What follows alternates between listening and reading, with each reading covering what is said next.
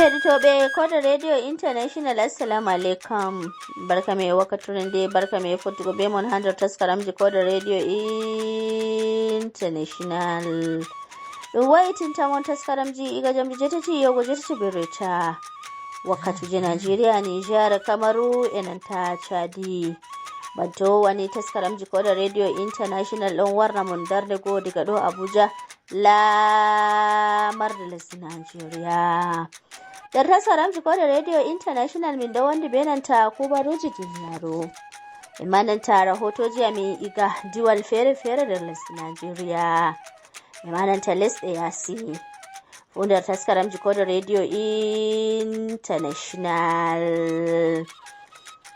Inda Jamila Jibrilla dukkan jogin mon labangal taskaram hande yelinta manon beddan sautu gumban radio mon. Ran hedi tuggo taskaramji Koda Radio International. Aran ne min do wandi benanta Umar Aliyu. Kanku waddinta min fassara ko baroji duniyaro.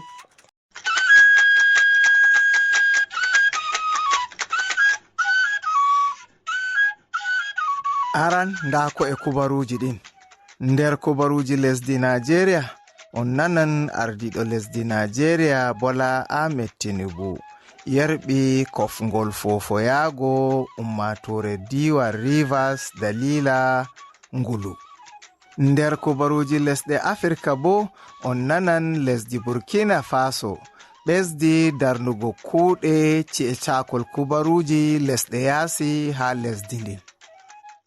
Nder kubaruji duniya luttuɗi bo on nanan ɗum fuɗɗi tefugo ɗatal diplomasiya ngam waddugo ragare konu hakkunde Israila be Palestine.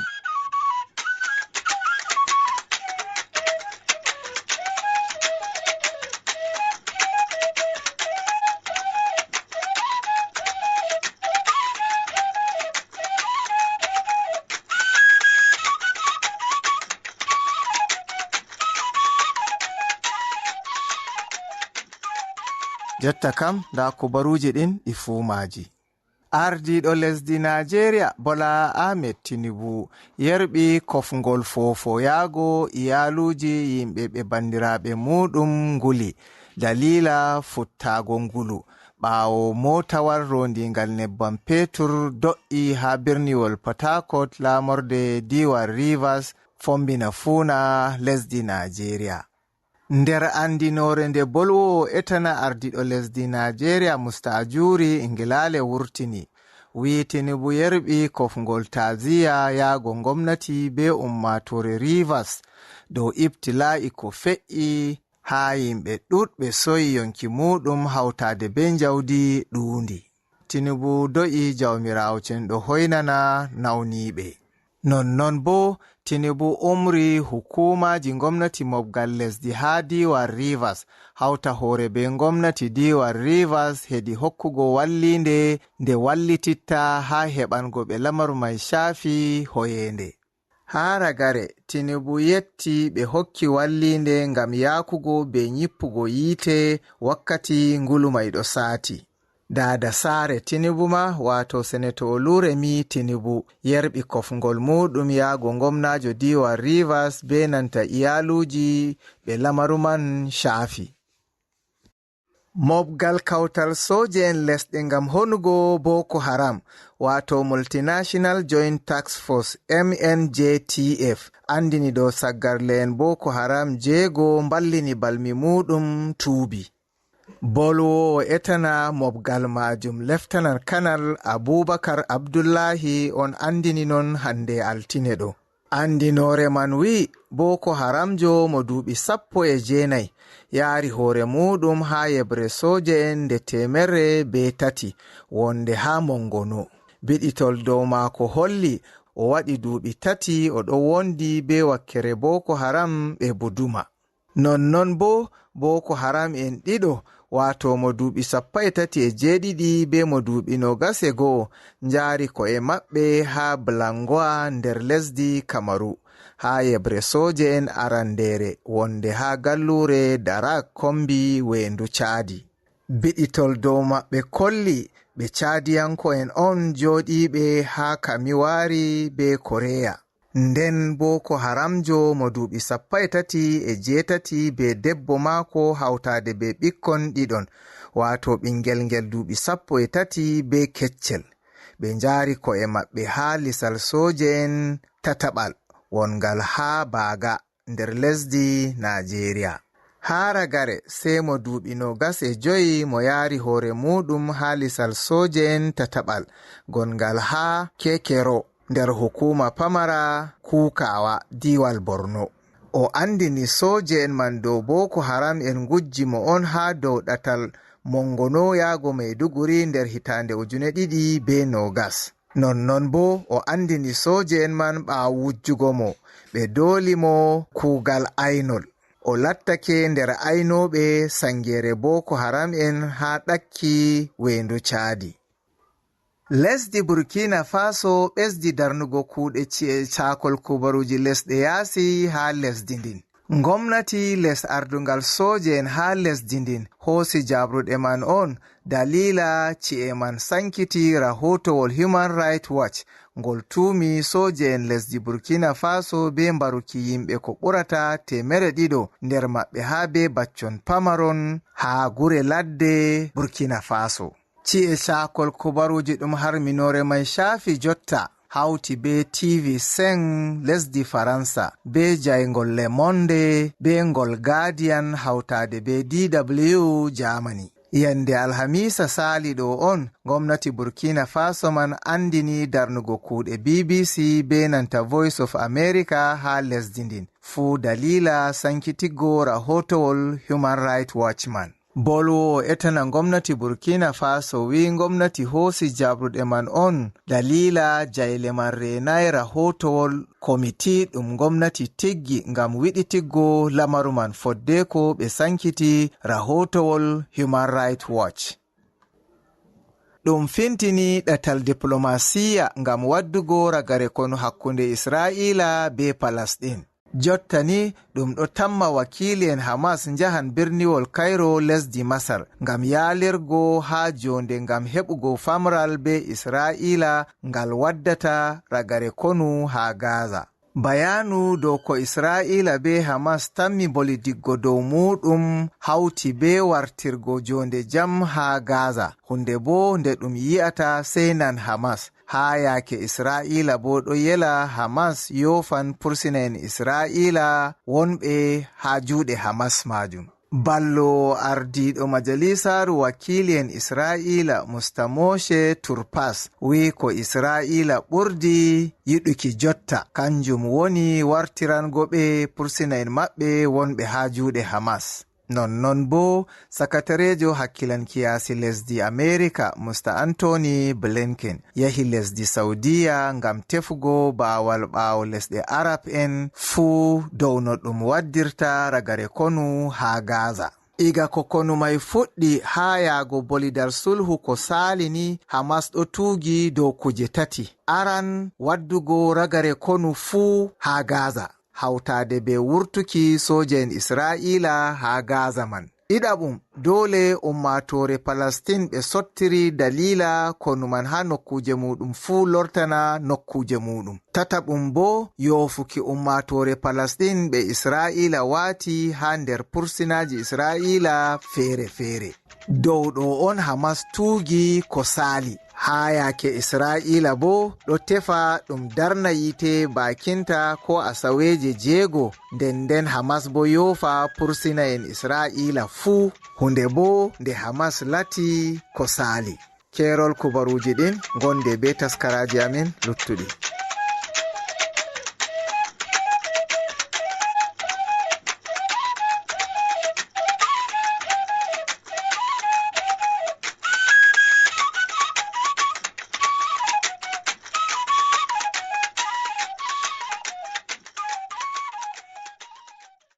A yettama Umar Aliyu iga ɗauko da Radio International. Rahotoji ko da Radio International mai fuɗiran benanta Awwal Bobbo iga Diwal Adamawa lesdi Nigeria. Ha o hautini amin rahotol do mobgal kautal hore derke'en do laabi matotoral zamanu. Awal Bobbo min ɗo heɗite. Banowa kala hitande fu huɓɓirde nde halacci WhatsApp group do tigge dow ko laarani daldal matotiral ɗum social media ɗum wi'ete WhatsApp. Non huɓɓirde nde kala hitande fu nde ɗo mofta ummatore ngam samɗinki woɓɓe nder huwoɓe kuuɗe jaridaku dow ko laarani bakkeje feere radio e nanta TV. Non hitande nde fu huɓɓirde nde halacci WhatsApp group teddini woɓɓe feere nder huwoɓe kuuɗe jarida. Seɗɗa nder kuuɗe huɓɓirde nde ni kanjum woni sompotiral wallinde ema wallitikki ummatore hawtade be hawtugo tele hakkunde ɓiɓɓe huɓɓirde nde e nanta woɓɓe feere yaasi huɓɓirde nde. ɓaawo ni huɓɓirde nde subta yimɓe ɓurata 2 yahugo 3 ha nder kala ci'e cakol habaruji fu ngam teddinki. Amma hitande hikka huɓɓirde nde ɓeddi yajjunki kuuɗe maare e nanta teddinki ummatore woɓɓe feere na nder huwoɓe jarida tan ha woɓɓe huwanoɓe jarida ɓoyma en. Kode TV heɓi yewtidikki e woɓɓe ɗum huɓɓirde nde teddini nda bo no ɓe wangini seyo maɓɓe banani. To alhamdulillahi seyo kaminani ngol wala kerol lataki ni nde laati kanga wato huɓɓirde halacci groupe ɓe himmiɗini amin miɗo nder yimɓe ɓe wato herti ha nder ummatoje ɓen ɓe wari ɓe hokki ɓe wato ɓe holli amin takanas minon huwoɓe kuugal jarida min yimɓe on lastiɓe mari ɓe himmiɗinare nden bo ɓe yi bo kuuɗe amin ɗoya no hanndi ha waɗi ɓe hokki amin nder to min ɗo yetta ɓe Allah barkiɗin. To alhamdulillahi lallay miɗo nder teddinaɓe hannde ɗo nden arande ni mi yiɗi mi yetta moftorde may yimɓe ɓe ciri moftorde may ɓeɗo wiya ɓe halacci groupe mi tammayno moftorde may yetti bannin nden mi tammayno anniyaji maɓɓe ɗo yetti bannin amma nde mi yari hannde mi faami lallay moftorde may moftorde on je haandi goɗɗo dinga waɗugo mu'amala be maɓɓe. Honorable Abubakar Damilu laatiɗo goto nder arduɓe nder huɓɓirde nde nden bo kamɓe taskiti taskaram ka nda ko mo wanginini Kode TV. Ko waɗi mi waɗi mobgal hannde ngam min ɓedda hawtugo hoore am min ɓedda ballugo yimɓe je min wondi be maɓɓe min teddina ɓe teddini amin. Alhamdulillah min ɓe boyo mbaya yimɓe kala yimɓe mawɓe ɓe tedduɓe ɓe ɗo wara ɓe ɗo hokka amin shawara kanjum waɗi min watta mobgal ɗo kala hitande fu. To foti ɓe biya haaje huuɓi? Alhamdulillah haaje huuɓi kusan temerre mi wiyata haaje amin huuɓi. Hafsatu Dahiru o huyino sare cakol habaruji ɗum diwal Adamawa wato Adamawa Broadcasting Corporation ABC ha waruki joni o acci kuuɗe kanko bo mo nodditiri huwoɓe cakol habaruji dow wiki lallay kuuɗe jaridaku wata ɗum ha nder yonkima dow aɗo yiɗi kanjum wallititte dow kuuɗe maɗa. Nda Hafsatu Dahiru e bolwiɗe mako banni.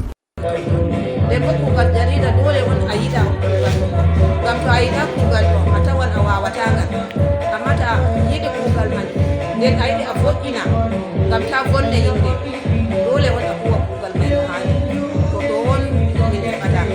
Sa'i moftorde man ni ɗuɗɓe nder woɓɓe feere ɓe holli dow wiki irin moftorde nde to ɗo waɗe banni man waddan sabbam hawtugo ko'e ɓiɓɓe jarida en ha diwal Adamawa e ma luttuɓe gureji feere. Awwal Bobbo, Kode TV daga Yola, diwal Adamawa, Nigeria. A yettama ko ɗuɗa Awwal Bobbo on ɗo wondi be nanta taskaramji Kode Radio International. Suudu radio waɗaɗum ngam fulɓe, ngam handutiki fulɓe, ngam yaruki ɗengal fulfulde yeeso. E non bo mi loran mi surga Umar Aliyu iga fada lesdi Nigeria ha o hawtini amin rahotol. Fulɓe ɗo ferotiri hedi leƴƴi, nonnon bo jawmirawo sendiri ɗate ngurdam maɓɓe. Ha yake woɓɓe ɗon jooɗi nder ladde jogi durngol lattingol hunde finatawa fulɓe dow ɗatal ngurdam muɗum. Woɓɓe bo jangi nasti gure ɗo jogi kuuɗe totuɗe. Hunde andande on no gaynaka be ngendam gaynako ɓilliri hande. Ha waynaɓe woɓɓe ma njofi ɗatal pulaku nasti kuuɗe ɓaleje bananta saggarleku. Amma kadi ko en andini pullo fuu ɗum bandu pullo. kanju waɗi ma dental fulɓe Global Initiative Right waɗi hawrinde ha Abuja lamorde lesdi Nigeria ngam lartugo jahargal no handi ɗum wallita fulɓe waynaɓe. Hawrinde man bo heɓi yalirki ardiɓe fulɓe tedduɓe be nanta dente fulɓe feere ɗuɗɗe. Nder ardiɓe fulɓe ɓe njaliri ha hawrinde man ni wodi Alhaji Isa Yuguda ardiɗo tabital Pulaku lisal Nigeria be nanta Dr. Aliyu Modibbo Umar ministajo Abuja ɓoymajo be nanta Dr. Sayyu Ɗantata. Nder ɓe ngaɗi jawabu ha hawrinde man ni wodi General Adamu ha o sappi bote andal ha ngendam ɓi Adama.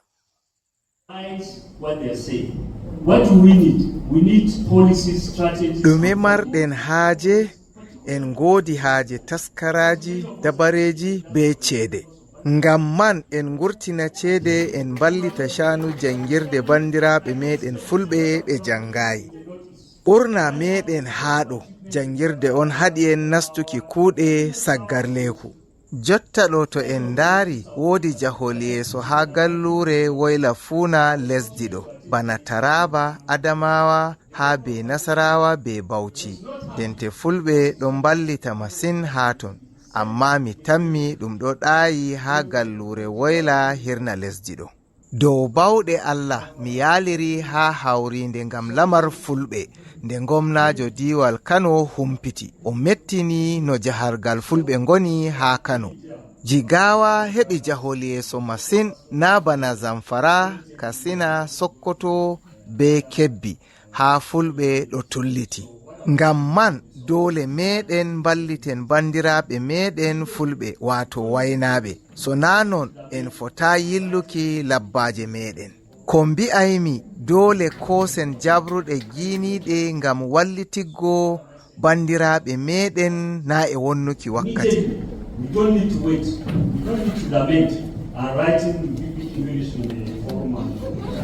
Rewɓe fuu njaliri ha hawrinde man bo ɓe mbolwi. Sakiraaɓe meɗen rewɓe e worɓe wonɓe ɗon mi jaɓɓake on mi yetti jomiro nde Allah okki an iko mi wari miyigal kawral ngal ɗum meeɗa yiki kan to fulɓe mi meeɗa nanki fulɓe naɗi yeeji en maji hikka, so mi yetti jomiro e ɗum ɗon. Amma fandaki mi wi'ata ko mi yiɗi mi wi'a inde Ramatu Abarshi hennan emi ardi gongal tiggal rewɓe fulɓe inde maɓɓe Network of Barkiɗo Rahama Women for Peace and Development Initiative. Ko min kakkilani kanjum woni mi wawta min ballita musamman sukaɓe meɗen kaasiɓe janguki, ko dai dañoɓe maɓɓe haɗiɓe ɓe janga, ko bo ɓe puɗɗi janguki kaɓeji hakkude fulɓe remoɓe duroɓe e remoɓe sankitiɓe to pellel ɓe jooɗino dañoɓe maɓɓe gala chembe yaruki ɓe wonde jangirde. Emin ndaara ɗum ɗon emin ballita ɓe. Henna rewɓe meɗen sippoɓe nden no ɓe jaha lumo ɓe jaha maɓɓe ɓe sippa ɓe soora ɓe eta ɓe ñama ɓe kora ɗum ɓe ñamna wuro wala ko wanni ɓe. Joni kaɓeji haɗiɓe ɓe ɓawta yahugo lumo nayi ɗin ma ɗi gala gat ɗum wariɗi ɓe gala ko ɓe gaɗata. Emin ndaara ɓe min ballita ɓe dow koye ɓe gaɗata ɓe gaynita ɓe mbawa ɓe gaɗa wonde hunde okkoɓe watta ɓe daro e koyɗe maɓɓe nden ɗon hunde ma e ɗon nder nde min gaɗata. Henna min mbawa wiki ɗo ta heɓi ceede ɗen noyi gaynitirtaɗe na kawai keɓa ceede ñamaɗe jamo buttoɗa wala buttuta heɓi nden ko keɓɗa koye ma watta ndesa ngam maha ɗum wattanma wonde hunde ha wondema yeeso. Kenan entrepreneurial skills and development min gaɗa ɗum kon goɗɗum goɗɗum. E min also min dara fulɓe meɗen wonɓe ladde e ɗon goɗɗo to dañama mo wala koyngal ko mo wala gite a yiyay wala darowo mo. E min ballita ɓe ɗon min keɓa ɗum min ballitirta ɓe ɓe ekkito goɗɗi kujeji ko ɓe sañay na ko ɓe gaɗay wonde hunde nde min jiiɗe waway wallutuki ɓe ɗum ɗon e nder kujeji ɗe min gaɗanta sakiraɓe meɗen fulɓe. So emin jetta Allah emin jetta jomirawo emin nana belɗum ko fulɓe Global Right and Development Initiative waɗata. We are 100% with you and we are proud to be identified with you.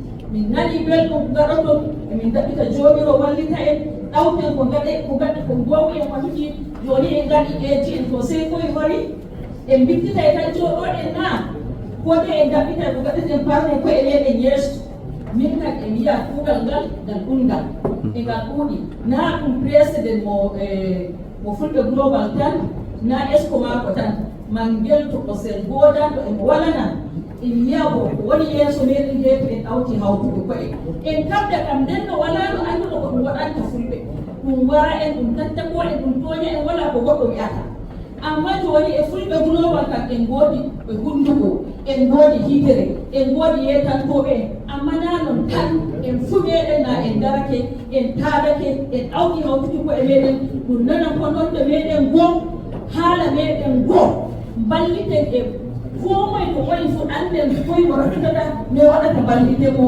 ɗo komo waɗata ngam mo farta hoore mako yeeso koye yamuji meɗen gaɗata koye gaɗeten ko gondi dariri ngam parne ko e meɗen yeeso so emi yiya ko no ko horani en won ɗon emi waɗa emi raɓɓita jomiro ɗawta wallude ko en ɗawten kawtuki koye meɗen ɗawten daranaki koye meɗen Allah manga wallita en ɓe fande ɗiwi yettina mi yiɗi wiya o min jiɗuɗo no ɗum ɓiɓɓeji meɗen sakiraɓe meɗen nandirta en jara en ladde min kam mi yiɗi ɗum sati juweego mi waɗi e maɓɓe so en yiya ko ɓe gaɗata ɗuɗɓe nder maɓɓe no ɗum ɓur sembe maɓɓe waɗi ɓe kooti ladde ɓe nangi ɓiɓɓeji leñoɓe ɓe nanda leñoji ɓe mbaɗama woɓɓe kam goɗɗo ɗo waɗi ma wiya mi naɗi ɓelɗum no mi waɗi waane so ko gaɗeten joni yeeso meɗen lalle ko ɓiɓɓeji meɗen gontiri kuugal mangal woni yeeso meɗen seeto en ballitiɓe mi tabbitini to en darake yawanci maɓɓe ɗuɗɓe nder maɓɓe garta e nder wuro ko ɗe ɗaɓɓita ndema ko dura ko ko ɗaɓɓita goɗɗum ko waddata e rayuwa mum amma en alataɓe noon ɓiɓɓe meɗen gonɗon sakiraɓe meɗen gonɗon jomiro walla en kanke ɓe ballede yetti haragare hawrinde man bo kode radio international be tv heɓi woldugo be dr aboubacar guire. to ko amari ɗuma nder mobgal ngal e ko marmi min mi membajo mobgal hawrinde fulɓe global rights initiative nden kadi mi membajo bo e committee wa taskitinga hawrinde nde ɗum ko ɓe mbiyata organising committee. to ra'ayiki dental ngal waɗi hawrinde hannde ko hawrinde nden laari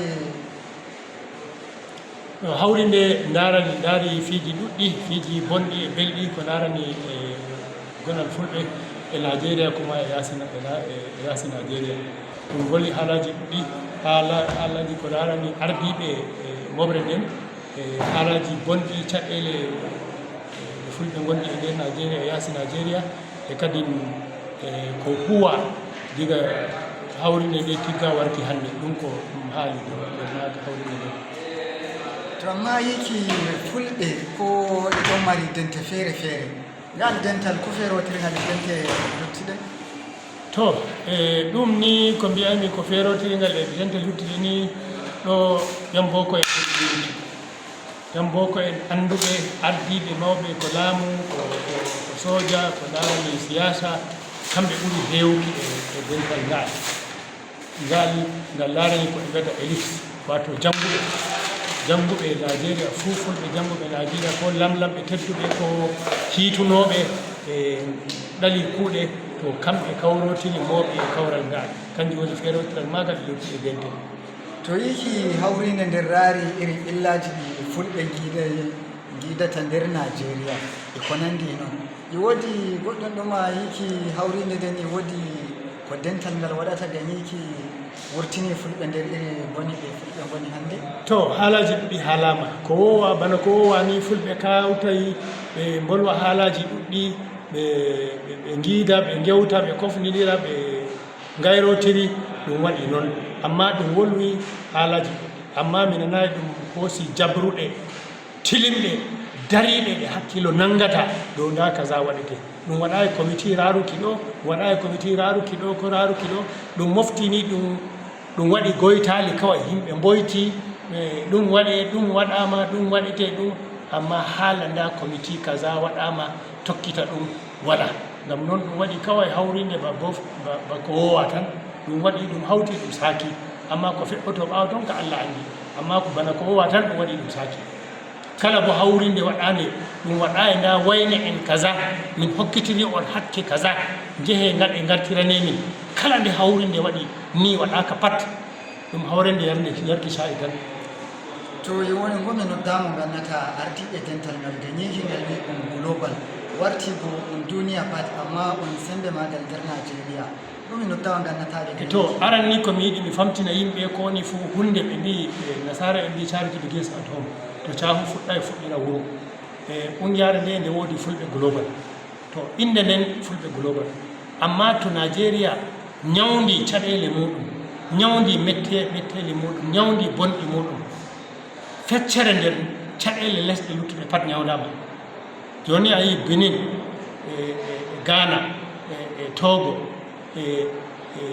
lesɗe taari ɓe fuu fitinaji gonɗi Nigeria kanji yaraniɓe fitinaji ngam noon to en ñawdi ñawuji meɗen ɗo kamɓe ma ɓe ñawdoto gim noon fuɗɗirki Nigeria ɗum kanjum woni aran min ɗum mi aybataɓe dow wiki ɓe darani Nigeria tan aa to Nigeria ñawdama feccere ñawuji keddaɗe lesɗe keddaɗe pat ñawdama to koye wodi noddam gannata hamɓe bandiraɓe fulɓe noddanum gaɗanaymi bandiraɓe fulɓe ardiɓe ardaɓe fuu kanjum woni ɗum huccitina Allah ɗum anda jawmirawo ciniɓe ɓaawo mayde ko moye ɗum ƴamay ɗum ko waɗi e ko waɗana ngam noon ardiɓe ɓe ardoro gonga ardaɓe ɓe ɗowtoro gonga ɗum tan mbiyami bandiraɓe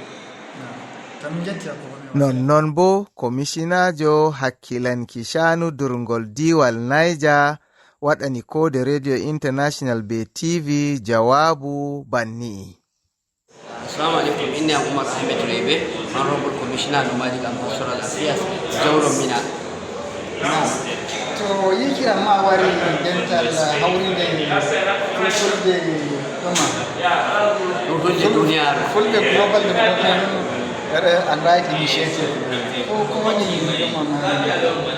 alhamdulillah mi nani belɗum nde garmi ɗo iri duniya ɓe jiimi hawri ɗo e mi anndi fulfulde ɗan etti laawol muɗum o inchallahu ga himɓe noon ɓe mutunci yimɓe annuɓe ko waɗa kamɓe ɗon dama ɗum heɓi ceernigu hakkunde maɓɓe fulɓe dorooɓe kanjum waɗi ɓe heɓi matsalaji bo amma ñum tune ɗum jaɓi ɗum hawra ko jaɓi damuwaji ko woodi fulɓe ko e duniyaru e dama ɗum inchallahu ɗum moƴƴina to amma yiki iri ayɗe ko boneji ɓe fulɓe jiɗata nder lesdi to ko rarani diwal nejana ko koye mbiyata alhamdulillah komin gari neja wela pullo to ƴeewi ko ɗum nangan ɗum wara ɗum tetan jawdi mum joni lebbi jeeɗiɗi min goni office neja ko ina ɗum teta e nayi ɗum wara e kowa ngam gowna amin ko omi ko o jaɓa e waɗe e neja o jaɓa e koware e leydi makko to wana waɗi leyfi ɗum waɗirte to neɗɗo waɗi leyfi hukunce hokke hukunci deydey ɗum leyfi ɗum waɗi wona wo ɗum waɗana ɗum hukunci ngam o pullo hara ka ɗum ɗo yawti e neja state emin ɗo emin gaɗi ka yoddago hulɓeji e labbeji ko ina min ɓanna ɓe gownati ɓe anna bote gownati ɓe anna koye hani gownati waɗana ɓe kamɓe koye hani ɓe gaɗana gownati ɓe gatta sukaɓe maɓɓe jangirde fof ko hani gownati waɗa tabbitina to a wari dow ko minnam ƴamgo dow haalamma jandi ɓiɓɓe fulɓe diwal neja no wonani ngam fulɓe a tawaɓe nder ladde jangirle ngala bayne hunde ni raɗɗum kawai ko gomnati moɗo waɗata ko ardugal ministry maɗa waɗata ɗon komin gatti yesso jangirde e dow mawɗum dow huuɗeji ɗi min cuɓi min gaɗa jande woni mawɗum ngam futta ɗum heeɓi sukaɓe jangi ɗum heeɓi al'umma jangi ɗum joɗoto jam ɗum heɓan tattalin arziki wooɗa amma to jangirde boni komi woɗata to joni jangirde amen ɗe min gondi 275 e nayja seɗɗe humen adoy ɗatal min moƴƴinaɗe ɓiɓɓe fulɓe 225 mi adoy ɗatal min moƴƴinaɗe min keɓanaɗe ticaɓe mi ettan ticaɓe janginoɓe balɗe ɗe mondiɓe janginoɓe balɗe ɗe min jaara ko ina kuma joni babiraɓe ko wajaɓi hokka suka mon jangirde joni jangirɗe ɗe ɗe puɗɗe patɗe ɗe kewi sukaɓe to yiki ardiɓe fulɓe koye waddi noddamo gandanta ardiɓe fulɓe ganta fulɓe ɗon mari dente ɗuɗɗi nana ɗo mi yetti Allah ɗo mi yetti Allah ɗo komi noddamo gandanta fulɓe wiya kawcigore gam farko fulɓe flaku yesso ko noddanmi kanjum shugabanni en ɓe suɓaɓe ɓe ardo hulɓe to ɓe jooɗa ɓe gala sana'a to ɓe jooɗa ɓe gala ko kuwata to joɗiɗa wala ko kuwata a huwan ko waɗa in a woni ko kuwata a waɗata tunani jaaha cuutoɗa goɗɗo jaɓatede mum mi yetti allah e Niger State joni jam min goni min ngala matsala e kowa gam emin hokkiɓe golle emin gollida e maɓɓe emin daraɓe komin gatta min ballidiran ɗum Niger State jam woni to ko haragare wodi ko giɗɗa wiugo ko mi ƴamayma ko noddamo no wannata ko jimmi mi wi'a kanjum woni fulɓe mi faama haraka globalisation e digitalisation e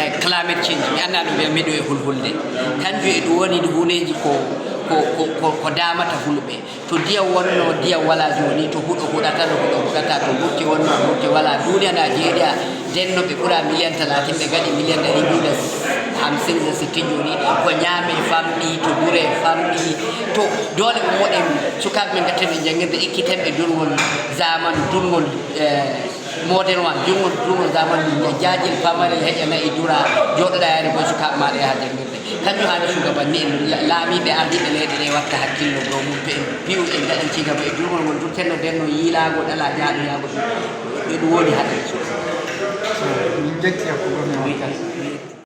Iga Abuja, Umar Aliyu, Kode Radio International be TV. A yittama Umar Aliyu. Dodarne hukumar Sudu Radio Kode International. Mo itin taskaramji. Ahmad Arab Abubakar Azare. Kautiga taskaram hande Ibrahim Iromo Daki. Inda Jamila Jibril Ladikos. Dodarne hukumar Sudu Radio Kode International. Mi wiyata moɗon kirti jam.